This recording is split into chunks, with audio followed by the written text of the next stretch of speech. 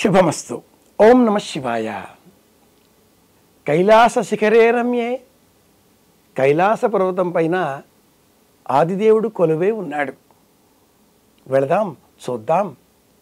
ఇంద్రాది దేవతలే ఆ స్వామిని సేవించి తరిస్తున్నారు.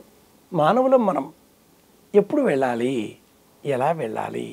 ఏ విధంగానైతే సనాతన ధర్మంలో పుష్కర కాలం 12 ఏళ్లకు ఒకసారి శిఖర స్నపనం నిర్వహిస్తారో, పుష్కరాలు నిర్వహిస్తామో, అదేవిధంగా 13 సంవత్సరాలకు ఒకసారి కైలాస దర్శనం చేయగలిగితే ఆ జన్మ ధన్యమైనట్లే, ఆ జీవుడికి శివానుగ్రహం సంపూర్ణంగా లభించినట్లే. అటువంటి తరుణం 2026వ సంవత్సరం, అంటే వచ్చే సంవత్సరమే. కొన్ని వందల వేల సంవత్సరాలుగా బౌద్ధ ధర్మ గ్రంథాలలో అతి రహస్యంగా ఉన్న ఈ వర్తమానం ఈ మధ్యకాలంలో విశేషంగా పరిక్రమల కారణంగా అందరికీ తెలియవచ్చింది.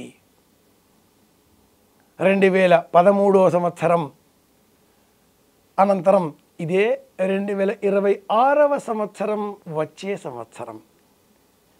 కైలాసం వెళదాం అనుకుంటున్నారా? ఇప్పుడే మీ పేరు నమోదు చేసుకోండి. మీరు కైలాసం వెళ్ళగలిగితే జన్మధన్యమైనట్లే. అమ్మా నాన్న ఉన్నారా? వారిని కూడా తీసుకుని వెళ్ళే ప్రయత్నం చేయండి.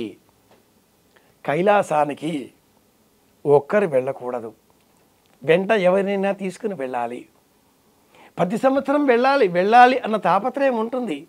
వెళ్ళగలమో లేదో 13 సంవత్సరాలకు ఒకసారి వచ్చే ఈ అమోఘమైన అశ్వ సంబంధితమైన సంవత్సరం, అశ్వ సంవత్సరంలో హార్స్ ఇయర్ అంటారు బౌద్ధ ధర్మంలో.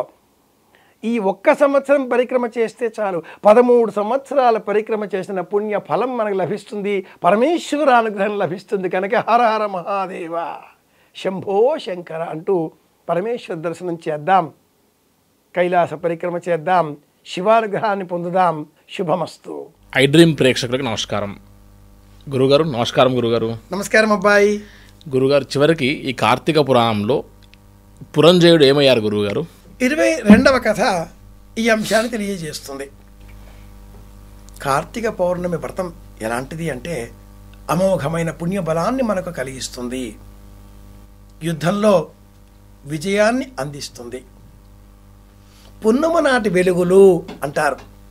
గురుగారు, మనస్సుకు ఆహ్లాదకరమైన వాతావరణం పౌర్ణిమ. ఒక సినీ కవి ఎక్కడో చెబుతాడు, నవమి నాటి వెన్నెల నీవు, దశమి నాటి జాబిలు నేను, పౌర్ణమి రేయి అని ఏదో ఒక వాక్యంగా వస్తుంది. శరత్కాల పౌర్ణిమ, ఆశ్వీజ పౌర్ణిమ శరత్కాలమే, కార్తీక పౌర్ణిమ శరత్కాలమే. ఆశ్వీజ కాలానికి సంబంధించి అమ్మవారిని పూజిస్తాం. గురుగారు, ప్రతిపన్ముక్షరాకాంత తిథిమండల పూజిత. ఆశ్వీజ మాసం పార్వతీదేవి అమ్మవారి ఆరాధనకు ప్రత్యేకం. కార్తీక మాసం అయ్యవారి ఆరాధనలకు విశేషం, శివారాధనలకు మరింత ప్రత్యేకం. కనుకనే ఈ పురంజనుడు వశిష్ఠుడి చేసిన జ్ఞానబోధతో తెలివి తెచ్చుకొని కార్తీక వ్రతం చేశాడు, కార్తీక పౌర్ణిమ వ్రతం చేశాడు. జ్వాలాతోరణ నిర్మాణం, తిమిర రూపంలో ఉండే ఆ తారకాసుర సంహారం, తారకలు నక్షత్రాలు, ఈ కథలన్నీ కూడా వియన్ మండలంలో కదిలే నక్షత్రాల కదలికలకు సంబంధించినవే. మనలో ఉండే అజ్ఞానాన్ని, నలుపుదనాన్ని, కోపాన్ని, ఆగ్రహాన్ని, అసూయను, ఆవేశాన్ని తొలగించుకోవడమే. ఇవి తొలగితే వెలుగులు కదా. కార్తీక పౌర్ణమి వెలుగులు రావాలి. రిపుంజయుడు, పురంజనుడు అలా రిపుంజయుడిగా మారే నేపథ్యంగా వ్రతం చేశాడు, మనోబలం పెంచుకున్నాడు, కొద్దిపాటి సైన్యాన్ని సమీకరించుకోగలిగాడు, శత్రువులపై విజయం సాధించాడు.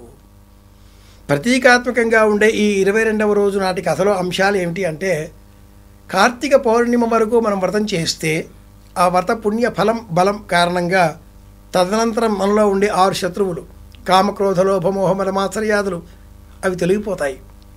హర్షణ వర్గాలు అందరినీ కూడా మనం సంతోషంగా చూడగలుగుతాం. శివదర్శనం చేసిన వాళ్లకు ఎవరిలో కూడా శత్రువులు కనిపించరు. అందరూ శివస్వరూపులుగానే కనిపిస్తారు. అందరినీ ఆనందంగానే చిరునవ్వుతో పలకరిస్తారు. ఇది విశేషం. ఇది ఈ 22వ రోజు నాటి కథ. పురంజనుడు కార్తీక పౌర్ణిమ వ్రతం చేసి ఆ పుణ్య బలం కారణంగా పితృదేవతలకు ఉత్తమ లోకాలు అందించగలిగాడు. చివరి వాక్యం. గురుగారు, ఇతడు ఈ వ్రతం చేస్తే పితృదేవతలకు పుణ్యలోకాలు ఎలా కలుగుతాయి? చాలామంది అడుగుతూ ఉంటారు. తద్దినాలు శ్రాద్ధాలు పెడితే చనిపోయిన వాళ్ళు వెళ్ళిపోయారు, వీళ్ళకి ఎవరికి భోజనాలు పెడితే వాళ్ళకి ఎలా అందుతాయండి అని. అదేదో దేశంలో డబ్బు సంపాదించి ఈ దేశానికి పంపిస్తే అదే డబ్బులు ఇక్కడ పనిచేస్తాయా? పనిచేయవు కదా. మళ్ళీ వాటిని ప్రభుత్వాధికారులు వాటి విలువలకు మారకంగా చేసి ఇక్కడ ధనాన్ని మనకు అందిస్తారు. ఆ డబ్బులు ఇక్కడ చెల్లుబాటు కావు. ఎలాగో మనం చేసిన ఈ పుణ్యఫలాల కారకంగా వచ్చిన ఫలమంతా కూడా ఉత్తమ లోకాలకు చేరినప్పుడు వారికి సంబంధించిన మారకంగా వారికి అందజేయబడుతుంది. వారు ఉత్తమ లోకాలకు వెళ్ళిపోతారు. ఇది ఒక అర్థం. రెండవది, మనం ఇలాంటి ధర్మకార్యాలు చేస్తూ ఉంటే మన పిల్లలు అవే చేస్తారు. వారికి మనం జ్ఞాపకం ఉంటాం. మనం ఎలాగైతే వసురుద్ర ఆరుచి రూపాణం తండ్రి తాత ముత్తాత జ్ఞాపకం తెచ్చుకుంటున్నామో మన పిల్లలు కూడా అలా జ్ఞాపకం తెచ్చుకోవాలి. ప్రతి ఇంటా కూడా ఈ కార్తీక మాసంలో 22వ రోజు నాడు పాటించవలసిన ఒక విధి ఉంది. వారు వారి ఇంటికి సంబంధించిన వంశవృక్షాలను నవీకరించుకోవాలి. కొత్తగా వచ్చిన పేర్లు అందులో జతపరచాలి. తెలియవచ్చిన పాత తరాలకు చెందిన కొత్త పేర్లు ఏవైనా ఇప్పుడు తెలిసి వచ్చి ఉంటే వాటి కూడా జత చేర్చుకోవాలి. ఇంట్లో వంశవృక్షం ఉంటే ఆ ఇంట్లో ఉండే పిల్లలకు ఒంటరితనం రాదు. మా ఇంట్లో ఇలాంటి మహానుభావులు ఉన్నారు, మా ఇంటి పేరు ఇంత గొప్పది అంటూ అందరూ అనుకుంటారు. కార్తీక మాసంలో పౌర్ణిమ అనంతరం అమావాస్యకు ముందుగా ఈ రోజులలో ఇంటి యజమాని కూర్చుని పిల్లల చేత చేయించవలసిన పని ఆ ఇల్లు ఎవరిది, ఇంటి పేరు ఏమిటి, ఇంట్లో ఎవరుండేవారు, ఎలా ఉండేవారు, ఇప్పుడు ఎవరెవరు ఉంటున్నారు, ఈ జ్ఞానాన్ని ఇవ్వడమే నేర్పాలి. ఇది ముఖ్యం, ఇది లక్ష్యం. ఇది ఈ అధ్యాయం ద్వారా మనం నేర్చుకోవలసిన ఆధునిక ధోరణి, ఆధునిక పోకడ. ఇది విషయం.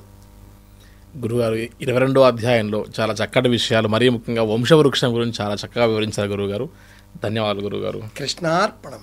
And for more videos, please subscribe to iDream. Please subscribe to iDream. Please subscribe iDream. And please subscribe to iDream. For more videos, subscribe to iDream. please like, share and subscribe to the channel. Congratulations, iDream. Subscribe to iDream.